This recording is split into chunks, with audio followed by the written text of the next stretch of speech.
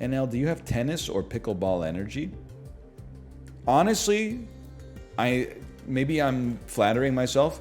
I think I have tennis energy. I could definitely see myself later in life having pickleball energy. Or, I mean, I would play. I love racket sports to begin with.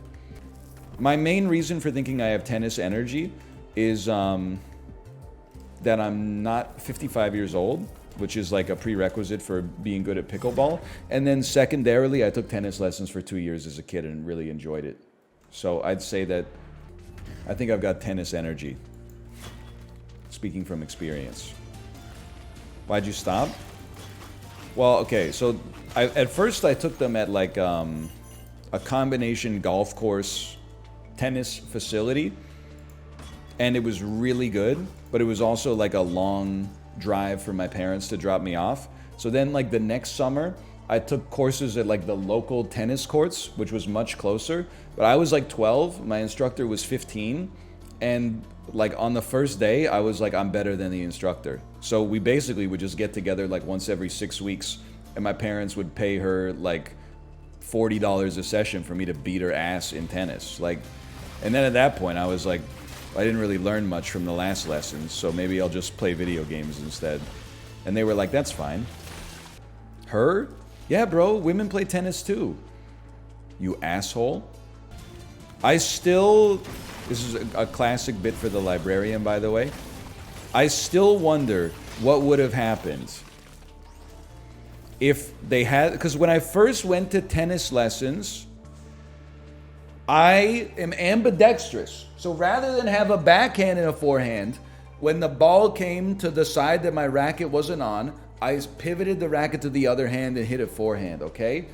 My teacher was like, if you do that, like, you're gonna suck and I'm gonna give you like bad marks, which at the time I was like, that sucks for me. But now I'm like, who cares, bro? It's like, it's not school, it's tennis lessons. Anyway, they were like, you can't do that, you can't do that, no pros do that, you can't do that.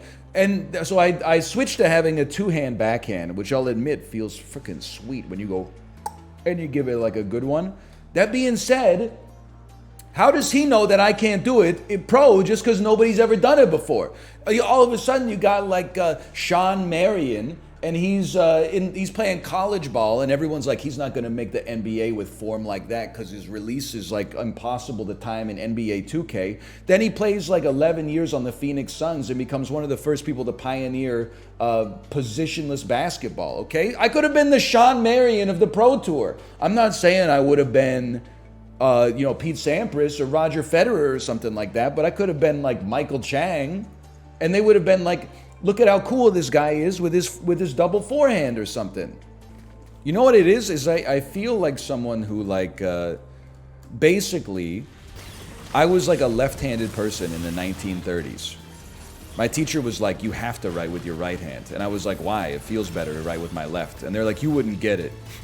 When you go to college, you'll have to do cursive writing with your right hand. Everybody's right-handed. Yeah, well, you know what? Honestly, I could have been the first in a long line of people that are backhandless tennis players.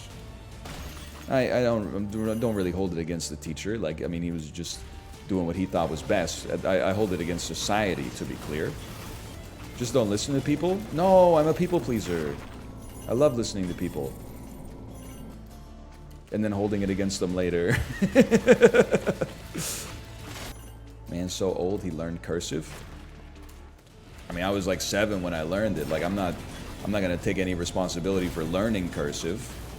I was just in the damn, if you wanted to get through the 2nd grade, you had to learn cursive, unfortunately. Doesn't make any sense to me either, but I never learned cursive. Congrats. I mean, there's a lot of, I grew, and you did it as well, regardless of what your age is, honestly. If you are a living person right now, you went through like a very transformative period for society, just in terms of like change and technological growth, right? And people might say it's always been like that, but I bet if you were born in like the year fucking 1430 and you died in like 1490, that shit was pretty much like routine, right? Like there's like one invention over those 50 years that changed your life. But I previously had been using a scythe like this, and then check it out. We got a handle on this part now. Zhunk, zhunk, zhunk. Junk, you know? Big whoop. I'm not saying it's the first transformative period in history. I'm just saying, like, for the most part, your life was probably about the same. For me, on the other end, two things that blow my mind about my education growing up. Learning cursive ended up being, at the time, it felt useless, and ended up being even more useless than I thought because of the rise of computers. But on top of that, speaking of computers, I had a typing class like every year from 4th grade to 9th grade, which felt like they billed it to us as them being like future-proofing us. They're like, holy cow, you have to learn how to type because computers are becoming like so common. You know, you're probably going to end up using a computer in your job. And we were like, whoa, that sounds awesome. But then, though that's true, but then those MFers taught to the damn letter of the law for typing class. So I would, in like 4th or 5th grade, I was typing like 30, 40 words per minute, which for a 4th grader in 1997 or 1998 was really, really good. Then my teacher would watch me and be like, you don't use the home row, so I'm giving you like a C+. And I'm like, lady, I type faster than you. She was probably just jealous. She probably actually didn't care. Because it probably like, she's like, I'd love to give you a good grade, but the Ontario school curriculum says I have to teach home row. If they find out I'm not teaching home row, they're going to turn my ass into like a substitute teacher, or they're going to make me coach volleyball or something like that. So she's just trying to protect herself. Meanwhile, people at the Ontario school board are like, we don't care if our kids type fast. We just want our kids to perform better on the standardized typing test than the kids in Quebec do. And it's all turtles all the way up, you know? Today's been golden so far. Thank you. Nothing hits like a +2 from the librarian. Because it's like, you know, you're going to be double dipping on content. Or rather, the content will be dipped twice. Because I'm only dipping it once, and you're only dipping it once. But that in and of itself constitutes a bit of a double dip, if you will.